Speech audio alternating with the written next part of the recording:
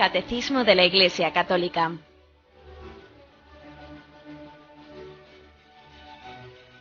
Un programa dirigido por Monseñor José Ignacio Munilla, obispo de San Sebastián.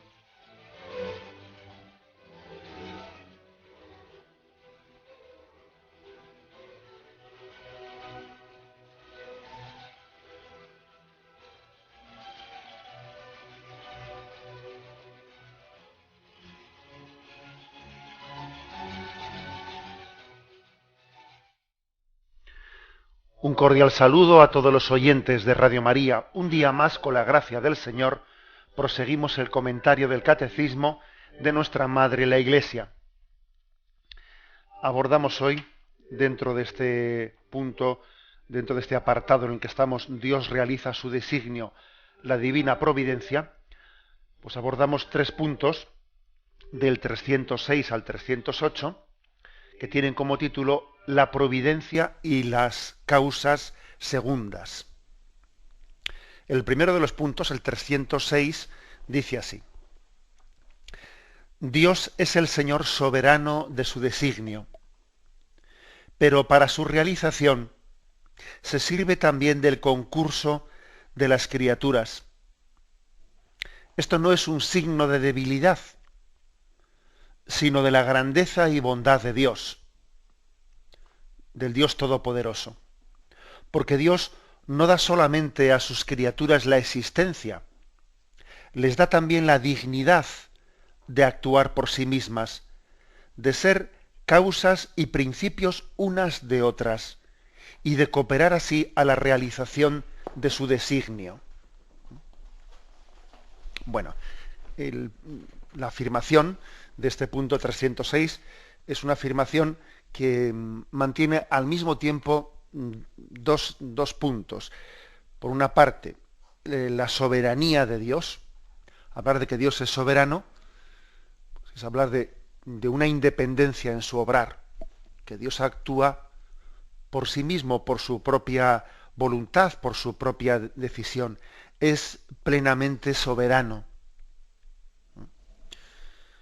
Entendida bien esta palabra, que siempre cuando hemos hablado de este concepto, pues me habéis escuchado inmediatamente hacer una precisión, de decir, bueno, que Dios es plenamente soberano, no quiere decir que sea caprichoso, porque nosotros decimos, yo hago lo que me hace mi soberana gana, mi real gana. Entonces, bueno, pues solemos utilizar ese término muchas veces en un sentido que no es santo,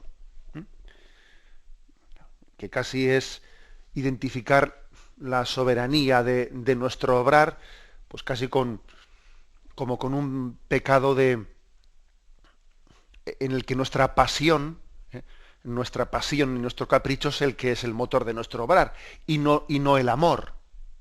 Bueno, aquí hay que decir que la soberanía de Dios se identifica con el amor como motor de sus obras. Dios actúa plenamente, con una plena libertad, y al mismo tiempo el amor es el que le mueve, porque Dios es amor. Luego, dejarse mover por el amor o ser el amor el que mueve todas las acciones de Dios es lo mismo que ser libre, porque Dios es amor. Bueno, afirmación primera, pues, la plena soberanía de Dios. Que a Dios no le ata nada. Dios es soberano y está por encima de todas las cosas. Y al mismo tiempo, este punto 306 dice algo que podría parecer contradictorio. Y es que decir que Dios es soberano no es decir que Dios actúa aislado o sin hacer que concursen con él todas las criaturas. Dios es soberano, sí, pero no es individualista en la forma de llevar adelante las cosas, sino que su soberanía tiene la capacidad de implicarnos a todos en su obrar. Eso es una imagen de Dios que enseguida crea comunidad en su entorno, enseguida nos introduce en su comunidad. Dios no es solitario, es un Dios trinitario, y además ese estilo comunitario, podríamos decir que lo lleva, se ve patente en la forma de hacer las cosas por parte de Dios, ese estilo comunitario de asociarnos a su obrar. Como siempre que echamos mano del ejemplo de la familia humana, ¿no? Para iluminar desde ella el ser de Dios. Vamos a ver, ¿quién es un buen padre o una buena madre? El que por amor a sus hijos lo hace todo, se lo da todo hecho. Ojo, que esto es un pecado a veces de padre o de madre. Un pecado de padre y de madre es tener un tipo de amor por los hijos, que es un tipo de amor de sobreprotección, casi anularles, hacerles inútiles, dárselo todo hecho. Y eso no es más amor, eso es un amor equivocado, mal planteado, mal dirigido. El verdadero amor paternal y maternal no consiste en darle todo hecho al hijo, sino integrarle, hacerle responsable, hacerle corresponsable de las tareas de la familia. De manera que cuando el padre o la madre puedan decir, hemos hecho esto, pueda decir verdaderamente, hemos hecho esto, y sea verdad que lo han hecho los padres, pero sea verdad también que lo han hecho los hijos, que los hijos se han sentido protagonistas, ¿no? Juntamente con los padres, pues en una tarea determinada, bien sea pues en el arreglo de la casa, bien sea en el trabajo comunitario del jardín o lo que fuere. Poned el ejemplo que queráis. Es decir, que la verdadera paternidad y la verdadera maternidad son aquellas que consiguen que el hijo se dignifique participando de la responsabilidad que tienen los padres y la madre. Esa es la verdadera paternidad y maternidad. Bueno, pues trasladando el ejemplo a esa soberanía de Dios. Así es también Dios, que quiere que su soberanía se lleve a cabo con el concurso de las criaturas. Esto a nosotros nos cuesta un poco entender, porque a veces, cuando en nuestro quehacer nos ponemos a ser, entre comillas, prácticos, dice uno, quita, que ya lo hago yo solo, porque si empiezo a pedir que me ayuden en esto y en lo otro, me van a dar más trabajo que lo que me van a ayudar. Entonces, a veces a nosotros nos es como más práctico hacer las cosas en solitario, sin pedir ayuda, porque es que me van a liar, y en el fondo me van a dar más trabajo. Es nuestro espíritu individualista al que le cuesta mucho saber aprender a delegar y aprender a hacer las cosas, nos cuesta muchísimo.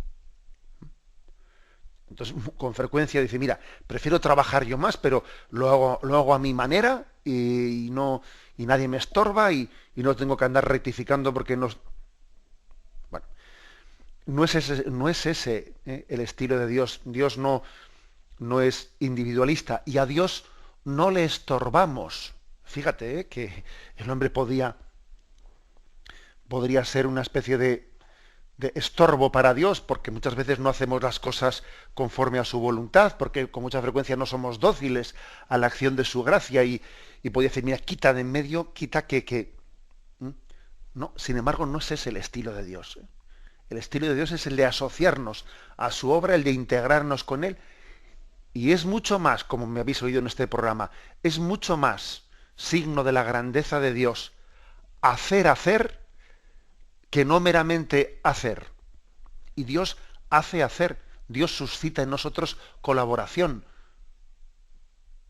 coprotagonismo, etc. O sea que por una parte hemos afirmado la soberanía de Dios, y por otra parte afirmamos que Dios a todas las criaturas nos ha introducido en la colaboración con Él. Dios no únicamente ha dado a las criaturas la existencia, sino también les ha dado una dignidad, la dignidad de ser causa y principio unas de otras, de cooperar a la realización de todo, causa y principio, etcétera, de estar plenamente integrados en lo que hacemos. podríamos decir al mismo tiempo que todas las obras, todas las obras en las que estamos entregados día a día, ¿no? Nuestro trabajo, nuestro quehacer, son obras nuestras y al mismo tiempo son obra de Dios. Las dos cosas son verdad al mismo tiempo. Dios es la causa primera y nosotros somos la causa segunda. ¿Eh? Nosotros y las criaturas somos las causas segundas. Es verdad que Dios también puede actuar directamente. A veces Dios en su soberanía no siempre tiene que actuar en el mundo a través de las causas segundas. Dios es soberano y puede, y de hecho, de vez en cuando, o cuando Él lo estima, hace milagros, interviene con la plena soberanía propia de Dios, y a Dios nadie le puede pedir cuentas por ello. Pero de ordinario, Dios lleva adelante su obra a través de las causas segundas, que son las criaturas, a través de las propias leyes de la naturaleza, a través del concurso de nuestro obrar. Y por eso Dios nos llama a la santidad, porque en la medida en que buscamos la santidad, somos mejores cooperadores con Dios, y si no estamos estorbando, no estamos cooperando con su obra. Bueno, entonces diríamos que, resumiendo, la doctrina sobre cómo se entiende la providencia es la siguiente: Dios es la causa primera, pero nosotros somos la causa segunda, y de ordinario Dios actúa en el mundo a través de las causas segundas. Y cuando un padre está cuidando a sus hijos, Dios está cuidando a esos hijos a través de los padres, etcétera. Por eso recuerdo que cuando, cuando hablábamos del primer mandamiento, amarás a Dios sobre todas las cosas, etcétera, o del cuarto mandamiento, honrarás a tu padre y a tu madre, me acuerdo que os decía que a veces a los niños, yo recuerdo también en mi infancia, que a veces alguien te preguntaba: ¿y tú a quién quieres más? ¿A tu padre o a tu madre? ¿A quién quieres más? ¿A tus padres o a Dios? Bueno, obviamente sabemos que esa pregunta, ¿a quién quieres más, o a tus padres o a Dios? Bueno, pues tiene una respuesta en el primer mandamiento: amarás a Dios sobre todas las cosas, ¿no? Pero quizás, fijaros bien, no está bien planteada la pregunta, porque en el fondo lo que tenemos que dar a entender, hacer entender, es que cuando yo recibo el amor de mis padres, estoy recibiendo el amor de Dios. O sea, que mis padres son causa segunda, a través de los cuales yo recibo ese amor que es la causa primera de todo. O sea, no es uno u otro, sino que las causas segundas son instrumento a través del cual Dios se manifiesta.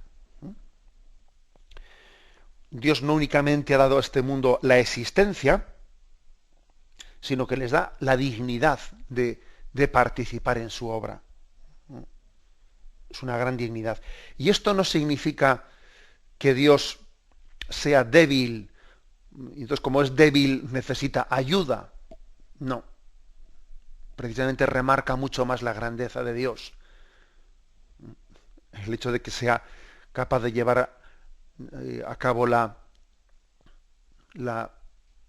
únicamente la creación del mundo, ¿no?, sino la obra transformadora del mundo. Qué poderoso es Dios, que lleva a cabo la obra de transformación del mundo y de desarrollo del mundo a través de instrumentos que son imperfectos, como somos nosotros, ¿no? Qué bueno tiene que ser el pianista para ser capaz de sacarnos una melodía impresionante, pues con unas teclas del piano que son muy limitadas, ¿no? Y aun siendo tan limitadas las teclas del piano, que alguna está muy desafinada y la otra no sé qué, sin embargo, Dios es capaz de hacer una melodía impresionante con esas teclas, con esas notas desafinadas del piano. Bien, esta es la afirmación primera del punto 306. Tenemos un momento de reflexión y continuamos enseguida.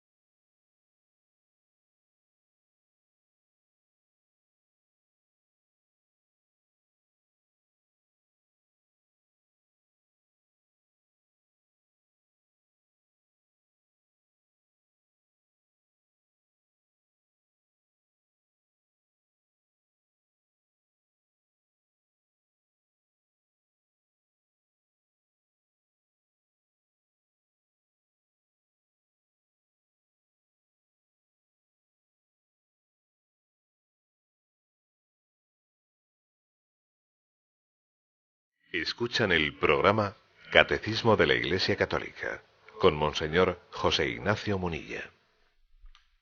Continuamos con el punto 307, en el que desarrollamos este título, La providencia y las causas segundas.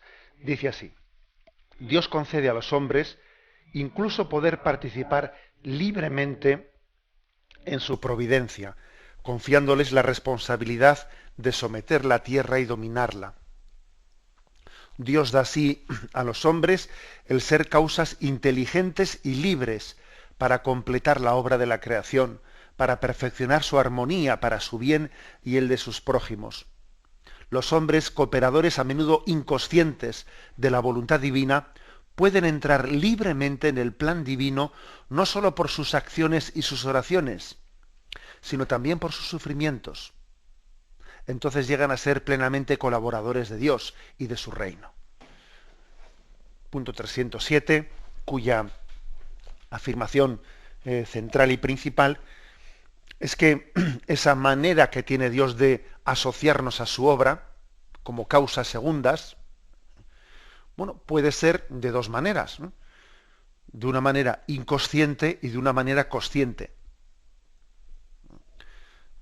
Obviamente en la naturaleza, todos los seres que no tienen esa dignidad personal que tenemos nosotros, que tiene el ser humano, que tiene voluntad y tiene entendimiento, etcétera, también todas las criaturas, pues, de la naturaleza, animales, etcétera, son colaboradores, son causas segundas, pero lo son de una manera inconsciente.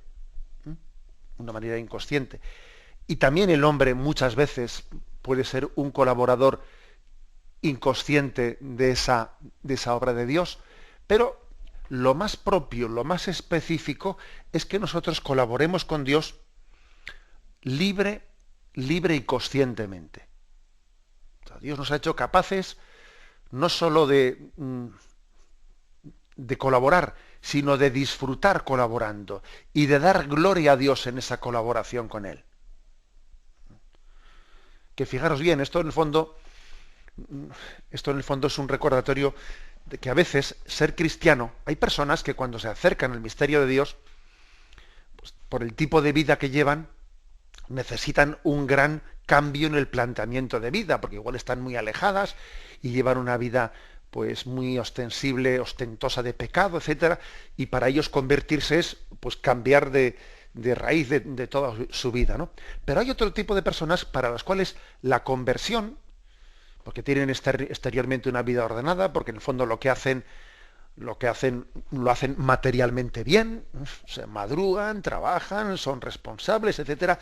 Con lo cual, para estas personas, su conversión no ha de consistir tanto en cambiar lo que hacen, o sea, en dejar de hacer lo que hacen y hacer otras cosas, sino en continuar haciendo materialmente lo que hacen, pero pasando a ser conscientes de que son colaboradores de Dios, de que es la gracia de Dios la que les mueve a hacer las cosas, de que no se trata de que busquen una perfección material en lo que hacen, sino dar gloria a Dios en todo ello. A veces, pues, la conversión cristiana no consiste tanto en cambiar materialmente lo que hacemos, sino en hacerlo con un espíritu gozoso de colaboración con Dios. Yo recuerdo haber escuchado testimonios de personas que se han encontrado con Cristo y dicen, bueno, yo es que ahora quizás básicamente hago lo mismo. Mi vida vista desde fuera puede parecer casi cuasi idéntica a antes de la conversión, pero es que ahora entiendo que Dios actúa a través de mí y que Dios se sirve de mí como un instrumento suyo para llegar a los demás, y si trabajo, no solo trabajo por el sueldo de final de mes, no solo trabajo por intentar hacerlo mejor que el vecino, por quedar por encima, porque el jefe tenga a mí más confianza, no, sino trabajo para mejorar el mundo y para aportar mi granito de arena al bien común y para dar gloria a Dios en última instancia. Es decir, que ha cambiado el principio formal de la vida, aunque materialmente hablando igual haga lo mismo. Por eso que aquí dice que uno puede ser colaborador de Dios consciente o inconscientemente. Claro, lo importante, ojalá no tuviésemos el máximo grado de consciencia. conciencia, y dijésemos, esto lo hago gozándolo, lo hago disfrutándolo, lo hago, Dios me da el gran honor de poder colaborar con Él, a la hora de llevar a cabo su tarea. Génesis 1, 26, 28 dice: hagamos al hombre a nuestra imagen, como semejanza nuestra, y manden en los peces del mar y en las aves de los cielos, y en las bestias y en todas las alimañas terrestres, y en todas las serpientes que serpentean por la tierra. Creó pues Dios al ser humano imagen suya, a imagen de Dios lo creó. Macho y hembra los creó. Los bendijo Dios y les dijo: sed fecundos y multiplicaos, henchid la tierra y sometedla. Mandad en los peces del mar, en las aves del cielo. Es decir, que hay una insistencia en colaborar, en que también el hombre participe de la soberanía de Dios. Dios le delega una soberanía y le dice: dominad, creced, tened un señorío sobre la creación. Hay una integración y una participación, siendo conscientes de que es Dios quien nos ha dado esa autoridad, pero participando de ella. Incluso se utiliza esta expresión, completar la obra de la creación, completarla. Dios ha querido que el mundo tenga muchísimas cualidades, pero Dios no ha querido que una de las cualidades del mundo sea la de estar ya concluido. No, lo ha puesto en nuestras manos inconcluso. Y nosotros tenemos que entregarnos en esa tarea de llevarlo a su culminación. Algo que dice aquí el catecismo que podía ser sorprendente es que nosotros somos cooperadores de la voluntad divina, incluso también por los sufrimientos. He aquí, ¿no?, una afirmación atrevida que solamente desde la cruz de Cristo, desde la redención de Jesucristo, podemos asomarnos a entender. Colosenses 1:24, que dice: completo en mí, dicen, me alegro por los padecimientos que soporto por vosotros, y completo en mi carne lo que faltan a las tribulaciones de Cristo en favor de su cuerpo, que es la Iglesia. O sea que también, es decir, que somos colaboradores no sólo de la creación, sino también de la redención. Nosotros hablamos siempre de Génesis 1, 26, 28, creced, multiplicaos, dominad la tierra, ¿no? Ya, pero también podíamos aplicar el mismo principio no solo a la creación, sino a la redención. Dios nos asocia a la redención de Jesucristo, y las cruces de nuestra vida, abrazadas y unidas a la cruz de Cristo, están completando lo que falta a la pasión de Cristo.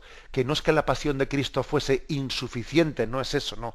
Pero es que la pasión de Cristo estaba carente de algo, en el sentido de estaba carente de mi participación. Dios no ha querido salvarnos al margen de nosotros, sino contando con nosotros. Entonces, ¿qué le falta a la pasión de Cristo? Lo que le falta a la pasión de Cristo es que también nosotros nos crucifiquemos con Él.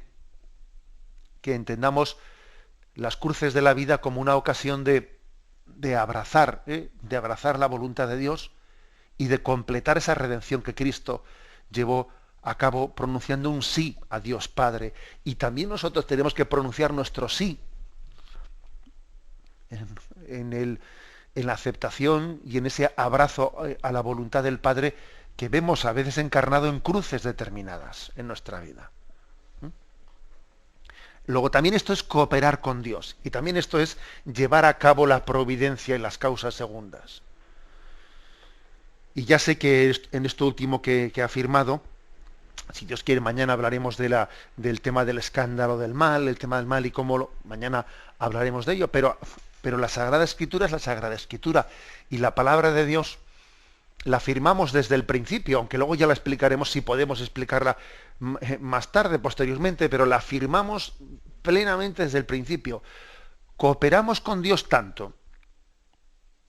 Fijaros bien, sé que voy a decir una frase que puede resultar escandalosa, pero es plenamente bíblica. Cooperamos con Dios tanto. Pues cuando un ingeniero lleva a cabo un proyecto innovador y entonces está pues extrayendo no sé qué energías, etcétera, y hace un proyecto energético nuevo, ¿no? Y es totalmente novedoso. Tanto estamos cooperando con Dios en ese momento como cuando alguien también abraza la cruz de su enfermedad y vive su enfermedad también como una cooperación con la redención de Dios. Y entonces seremos plenamente colaboradores. Aquí se nos ofrecen algunos textos. Primero es 1 Corintios, capítulo 3, versículo 9. De modo que ni el que planta es algo, ni el que riega, sino Dios que hace crecer. Y el que planta y el que riega son una misma cosa, si bien cada uno recibirá el salario según su propio trabajo, ya que somos colaboradores de Dios y vosotros campo de Dios, edificación de Dios. Texto curioso y potente, ¿eh? 1 Corintios capítulo 3, versículo 9. Voy a volver a leerlo. De modo que ni el que planta es algo, ni el que riega, sino Dios que hace crecer. Y el que planta y el que riega son una misma cosa, si bien cada cual recibirá el salario según su propio trabajo, ya que somos colaboradores de Dios y vosotros campo de Dios, edificación de Dios. Es decir, fijaros, dice aquí ni el que planta es el definitivo, ni el que riega es el definitivo, sino el definitivo es Dios que hace crecer. Ahora, es verdad que Dios hace crecer a través del que planta y a través del que riega. Pero sin embargo, aunque Dios hace crecer a través de ese que ha regado y ese que ha abonado, y sin embargo, no es el que riega o el que planta quien es la causa última, la causa primera de la salud de esa planta y de su desarrollo y del fruto, es la acción de Dios, es la gracia de Dios. Y sin embargo, Dios quiere que sea necesario el regar, y Dios quiere que sea necesario el plantar, etcétera, etcétera. Y sin embargo, decimos también en el mismo Salmo, si el Señor no construye la casa, en vano se cansan los albañiles. Si el Señor no guarda la ciudad, en vano vigilan los centinelas. Las causas segundas son totalmente necesarias. Dios ha querido que sean necesarias. Pero sin embargo, Él es el autor primero de todo bien. A través de las causas segundas, pero Él es el autor de todo bien. Y la prueba es que Dios, en un momento determinado, puede dar su bien directamente más allá de las causas segundas, porque Dios es soberano y puede hacerlo. Otro texto, 1 Tesalonicenses, capítulo 3, versículo 2. Os enviamos a Timoteo, hermano nuestro y colaborador de Dios en el Evangelio de Cristo, para afianzaros y daros ánimos en vuestra fe.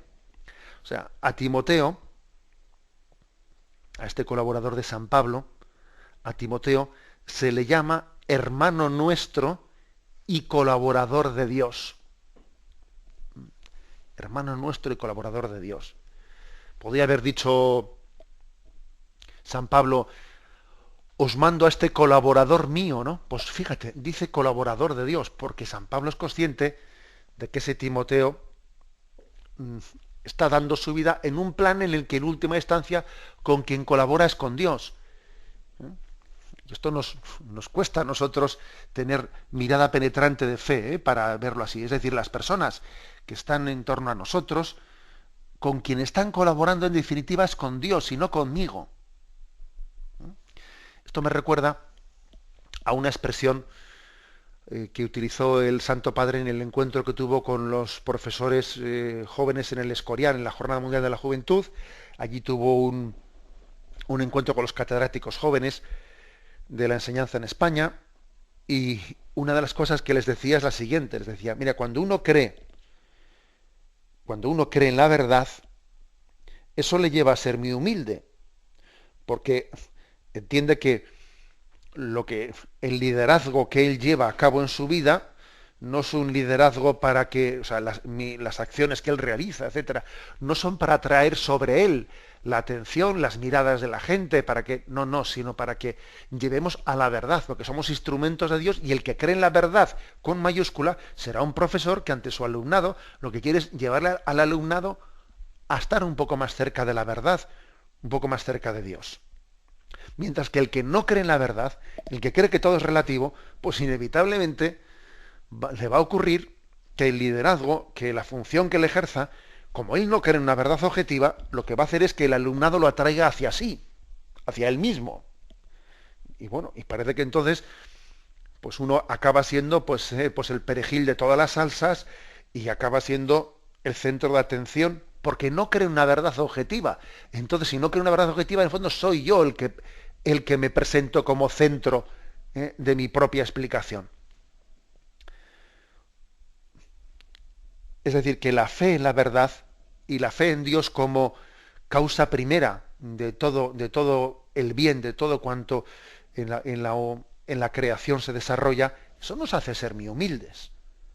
Porque mira, imagínate que tú eres el jefe de un gabinete, tú jefe de un gabinete, si tienes esa mirada de fe, entenderás que todas las personas que tienes bajo tu autoridad son colaboradores de Dios, muy por encima de que sean colaboradores tuyos. Y serán colaboradores tuyos en la medida en que tú lo eres de Dios, y entonces se integran plenamente en esa cadena dócil de colaboración con Dios. Bueno, como veis, pues, esta perspectiva nos hace ser muy humildes en esa conciencia de que somos, intentando que seamos conscientes y libres, ¿no? Pero somos instrumentos de Dios en esa tarea de crecer, dominar la tierra y llevarla a su consumación en Cristo. Tenemos un momento de reflexión, continuamos enseguida.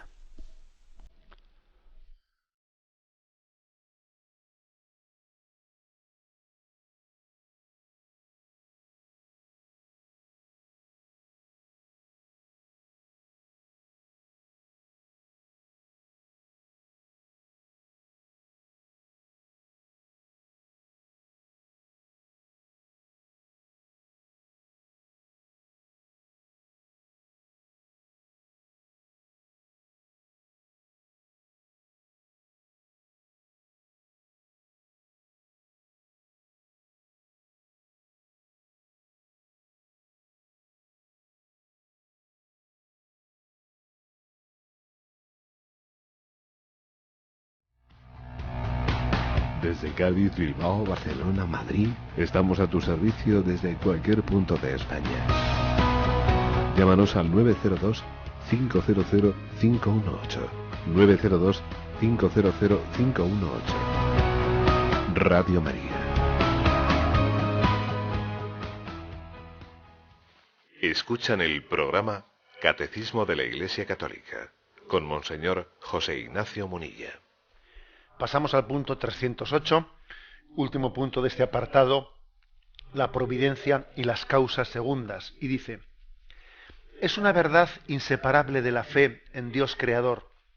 Dios actúa en las obras de sus criaturas. Es la causa primera que opera en y por las causas segundas. Aquí viene un texto de Filipenses, capítulo 2, versículo 13. Dios es quien obra en vosotros el querer y el obrar, como bien le parece. Esta verdad, lejos de disminuir la dignidad de la criatura, la realza. Sacada de la nada por el poder, la sabiduría y la bondad de Dios, no puede nada si está separada de su origen, porque sin el Creador, la criatura se diluye. Este es un texto de Gaudium et Spes, capítulo 36.3. Sin el Creador, la criatura se diluye. Menos aún puede ella alcanzar su fin último sin la ayuda de la gracia. Bueno, aquí el texto de Filipenses, capítulo 2, versículo 13, es uno de los textos más específicos que podemos encontrar en la Sagrada Escritura para hablar de esta cooperación entre Dios y las criaturas, para eh, para que la Iglesia afirme, como afirma, que Dios es la causa primera, nosotros somos las causas segundas. Bueno, obviamente este lenguaje de causa primera y causa segunda no es un lenguaje bíblico, ¿eh? Es más bien una reflexión nuestra, ¿eh? Una reflexión con unos términos y unos conceptos, bueno, pues tomados de la filosofía, de la cultura de un tiempo determinado, pero que claro, aunque causa primera y causa segunda sean términos que no los encontremos así, literalmente, en la Sagrada Escritura, sí tienen plena inspiración en ella. Por supuesto que tienen plena inspiración. Dios es quien obra en vosotros el querer y el obrar, como bien le parece. Filipenses 2:13. Dios obra en nosotros el querer y el obrar. De manera que cuando nosotros tenemos, ¿no?, tomamos una decisión libre de obrar el bien, esa decisión es tuya, pero Dios también te la ha inspirado.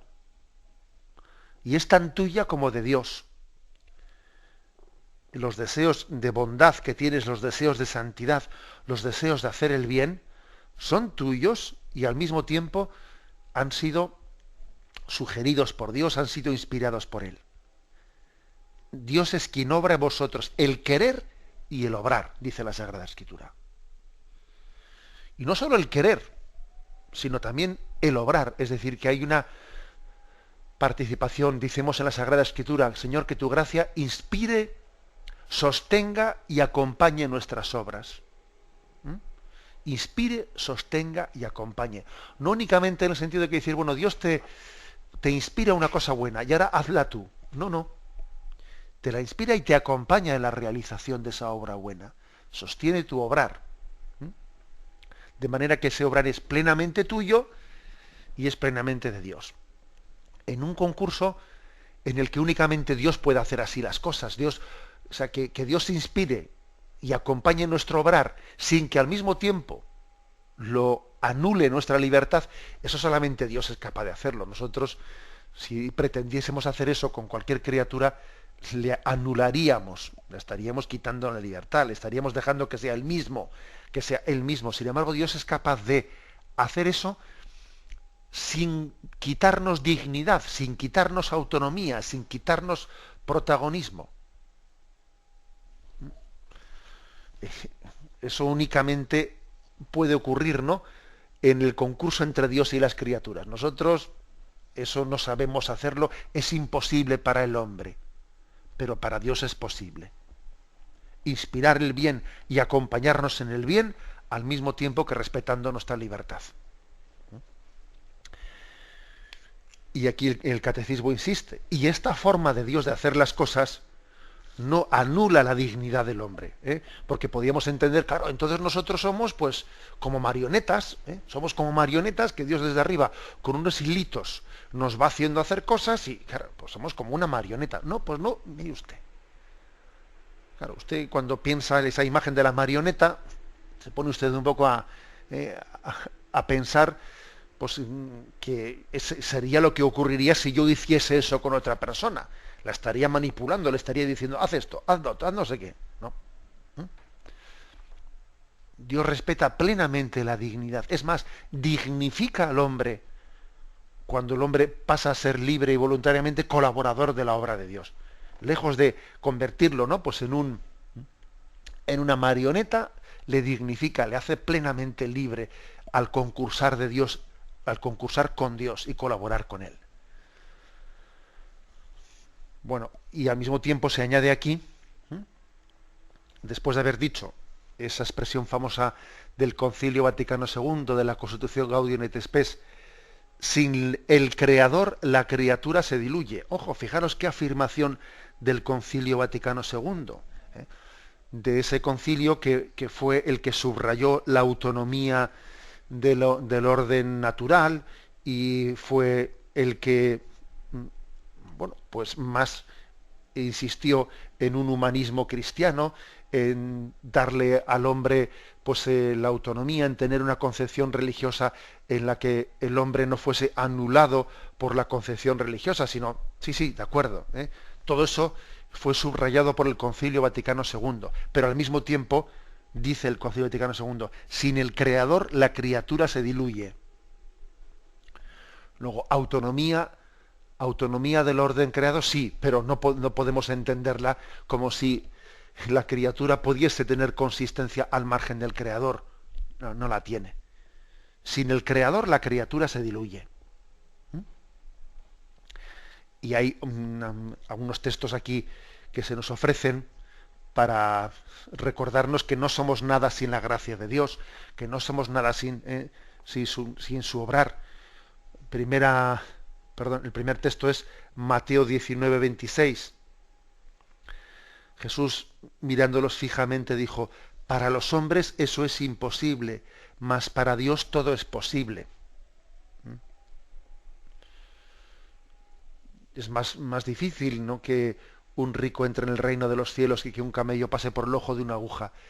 Y sin embargo, para los hombres, siendo imposible, sin embargo, Dios es capaz de hacer ese milagro de que nuestro corazón se desapegue de los bienes materiales y seamos capaces de pasar por el ojo de una aguja, aun teniendo esa dificultad que tenemos de apegarnos a nuestras riquezas, etcétera, etcétera. Otro texto que se nos ofrece, Juan 15:5, yo soy la vid, vosotros los sarmientos, el que permanece en mí y yo en él, ese da mucho fruto, porque separados de mí no podéis hacer nada. Separados de mí no podéis hacer nada. Nada somos sin la gracia de Dios, si no somos sostenidos por ella. Filipenses 4, versículo 13. Sé andar escaso y sobrado. Estoy avezado a todo y en todo, a la saciedad y al hambre, a la abundancia y a la privación. Todo lo puedo en aquel que me conforta. Una expresión de San Pablo que viene a decir, mira, en la vida, en la abundancia, en la escasez, en una circunstancia, en la otra, con la gracia de Dios voy en toda situación y en todo contexto, voy entendiendo que soy instrumento de Dios y colaborador con Dios. Bien, esto no quiere decir que nosotros tengamos un conformismo a imagen como pues, por ejemplo, en determinadas concepciones hinduistas. En la India ha habido que las castas de los parias, pues en el fondo lo que tienen que hacer es aceptar pues que les ha tocado ser unos parias en esta vida, y entonces la colaboración con Dios consiste en aceptar tu condición de paria y no rebelarte frente a tu designio, a tu pobreza. Y entonces, pues mira, después si tienes esa resignación, igual te reencarnas en una clase social o en una casta superior, ¿no? O sea, es decir, es entender falsamente este principio, el principio de decir, bueno, como se trata de que sé vivir en la riqueza, en la abundancia o en la escasez, sé adaptarme a lo que fuere, porque Dios es capaz de hacernos colaboradores suyos en todas las circunstancias de la vida. Luego yo lo que tengo que hacer es, abrazar las injusticias y conformarme con ellas, y mira, pues adelante, ¿no? Es entender la colaboración con Dios en un sentido pasivo totalmente. Obviamente esta no es la concepción cristiana. No es la concepción cristiana. O sea, Dios da su obrar y eso conlleva que el hombre hace que todos sus talentos, sus capacidades, lejos de enterrarlos, el hecho de que sea consciente de que es Dios quien le mueve en su obrar y que es Dios el que le hace luchar por unos cielos nuevos y una tierra nueva, cielos nuevos y tierra nueva, en los que reine la justicia, en los que el reino de Dios sea instaurado y se haga presente entre nosotros. Eso hace que, lejos de llevarnos a un pasivismo anulador del hombre y esclavizante, pues hace todo lo contrario, que es que la acción de Dios hace que el hombre dé lo mejor de sí mismo. Cuando el hombre es consciente de que Dios le inspira y Dios le mueve, eso le ayuda infinitamente a desarrollar todos sus talentos. Ahora, cuando el hombre deja de ser consciente de que Dios es quien le inspira y quien le mueve, entonces tiene un riesgo muy grande de enterrar sus talentos. Yo me atrevería a decir esto para que nos demos cuenta de que no existe, ¿no?, contradicción ante Dios en que Él sea el que nos mueva y nosotros seamos los que tenemos que ser instrumento suyo, ¿no? Instrumento dócil suyo, pero consciente en la transformación del mundo. Lo dejamos aquí, damos paso a la intervención de los oyentes.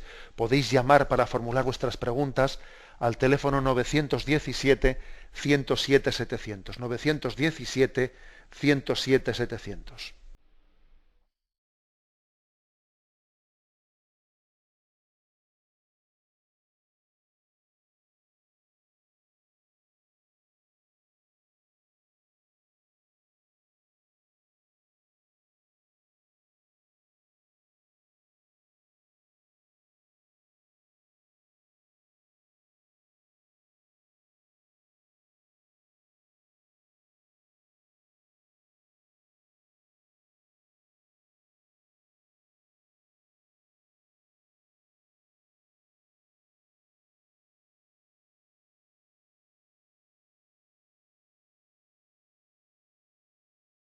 Escuchan el programa Catecismo de la Iglesia Católica con Monseñor José Ignacio Munilla. Sí, buenos días. ¿Con quién hablamos? Monseñor. Adelante. Pues mire, con Mari. Adelante, Mari, escuchamos. Mire, mi pregunta es, yo estoy escuchando el programa y eso, hablando de la voluntad de Dios y, o sea, de lo que yo le pido a Dios todos los días, pues que me haga yo su voluntad, pero que la acepte y que me acepte yo como soy. Yo tengo una cruz bastante fuerte que todos los días, ¿no? Y claro, cuando me tengo que enfadar, pues me enfado y digo que estoy muy harta y todo, pero cuando ya me sosiego un poquito, pues le digo a Dios, Dios mío, si esta es tu voluntad, que yo la acepte y que lleve esta cruz con resignación. Algunas veces me parece que no la llevo como Dios quisiera que la llevaras, mi duda, pero así voy pasando los días y algunas veces se me hace muy pesada y le digo que me ayude Él porque se me hace muy pesada. ¿Usted cree que estoy llevando la cruz como tengo que llevarla o no sé, o tengo que cambiar algo de mi vida o yo qué sé, si es que no, algunas veces me formo un lío y no sé muy bien lo que tengo que hacer? En el fondo, lo que usted plantea, pues es que estoy convencido de que el 90 o el 100% de los oyentes nos identificamos con su intervención. Aunque cruces hay, pues mayores, objetivamente más grandes, otras más pequeñas, yo solía decir que los sacerdotes, pues, en esa atalaya, así digamos tan especial que el Señor nos da de ayudar a las conciencias y acompañarlas, solemos ser testigos de que en todas las casas cuecen habas, en todas, y no hay ningún hogar, ninguna vida que no tenga cruces. Algunas suelen ser objetivamente hablando, pues muy grandes, y otras suelen ser objetivamente hablando aparentemente mucho más pequeñas. Pero te llama la atención, digo, en esa atalaya que el Señor le da al sacerdocio de acompañar a la gente, te llama la atención que a veces las cruces, objetivamente hablando, pues muy grandes, suelen ser llevadas con un espíritu que parece que las hace pequeñas, ¿no? Y sin embargo otras veces las cruces pequeñas, pues por falta de generosidad nuestra, pues acaban amargando la vida de ciertas personas que no terminan de abrazarlas y de llevarlas con decisión. Yo creo que la clave está en que usted, en esa lucha interna, ¿no?, en esa lucha interna por la aceptación, no sea únicamente un decir, trágalo, que no tienes más remedio que de aceptarlo. Yo pienso que hay que pasar del trágalo, de una resignación. Ya sé que la palabra resignación, pues es una palabra plenamente de tradición cristiana, pero es verdad que la palabra resignación también puede tener un concepto pues un tanto limitado, ¿no?, que le falta algo. No solo es resignarse, ¿no?, sino que es abrazar consciente y libremente y voluntariamente. No es trágalo porque no tienes más remedio. No. Es dar un paso más y decir, yo confío que en esto que tengo entre manos está, está mi camino de salvación, está mi camino de purificación. Hago ese acto de fe, ¿no? Y ese acto de esperanza, que abrazando esta situación y abrazando y cogiendo el toro por los cuernos, estoy también completando en mí lo que falta a la pasión de Cristo. Ese texto famoso que os lo comentaba. Completo en mí lo que falta a la pasión de Cristo. El texto este que viene en el Evangelio que hoy hemos comentado. Bien, le encomendamos al oyente. Damos paso a un siguiente oyente. Buenos días. Buenos días, padre. Sí, adelante, le escuchamos. Mire, vamos a ver, es que con el tema que están tratando hoy, la verdad es que llamo porque me siento bastante identificado, porque tengo entre manos un pequeño proyecto de evangelización y cerca de mí pues están otras personas que son, bueno, que no es que sean colaboradores míos, sino, como usted ha explicado, son colaboradores de Dios. Pero también hay veces que tengo que coger la rienda de la situación y noto que si yo no tiro hacia adelante, ellos como que flojean. Entonces, padre, yo mi pregunta es, ¿cómo tengo que hacer para no perder en ningún momento la humildad, pero tampoco para dejar que las cosas vayan hacia adelante? O sea, no quiero pecar ni de una cosa ni de la otra, ni de ser presuntuoso y creer que yo soy aquí, como ha dicho usted, el perejil de todas las salsas. ¿Me entiende lo que le quiero decir? Sí, entendemos, sí. Bueno, pues yo creo que en el fondo ahí hay dos cuestiones. La primera es que entendamos que los liderazgos, también los liderazgos los suscita el Señor. El liderazgo forma parte también de ese ser causa segunda de la acción de Dios, que es causa primera. El liderazgo no tenemos que identificarlo con afán de protagonismo, etcétera.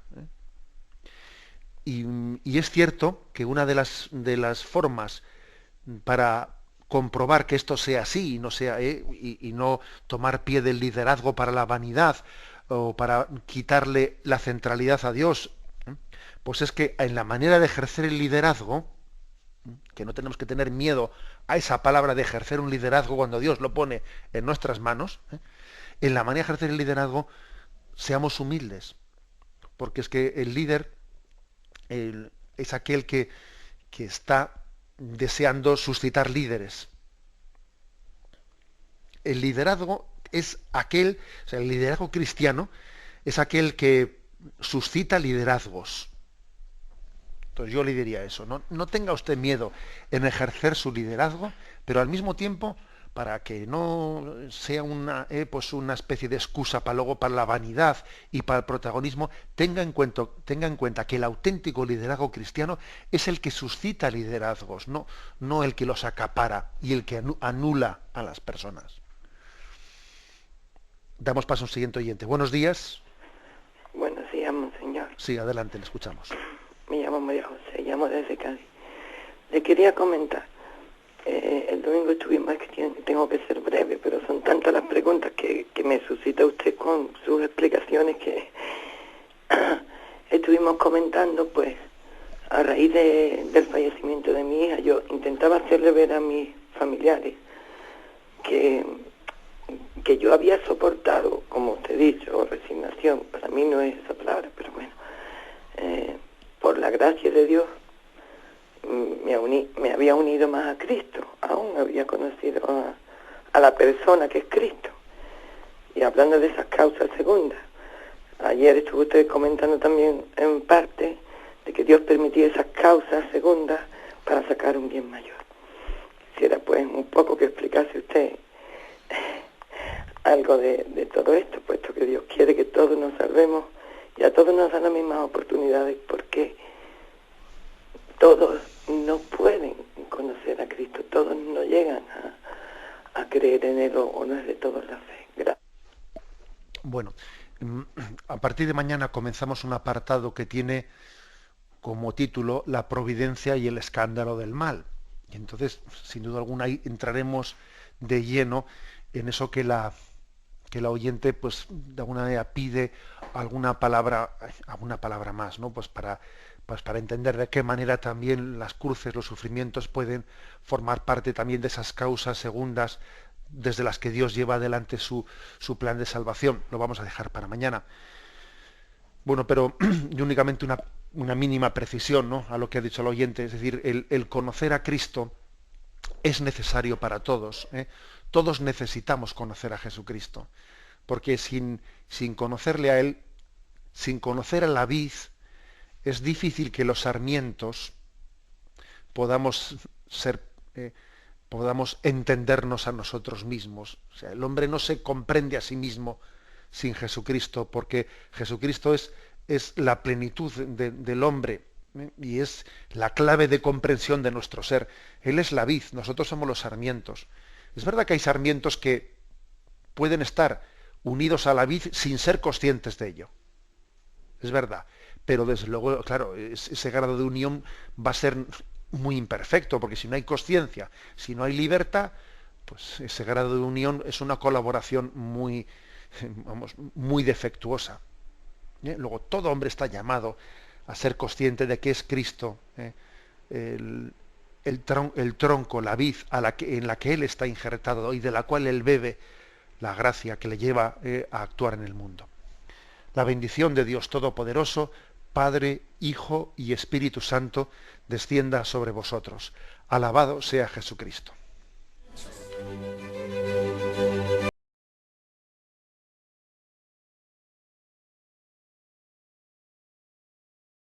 Finaliza el Catecismo de la Iglesia Católica, un programa dirigido por Monseñor José Ignacio Munilla, obispo de San Sebastián.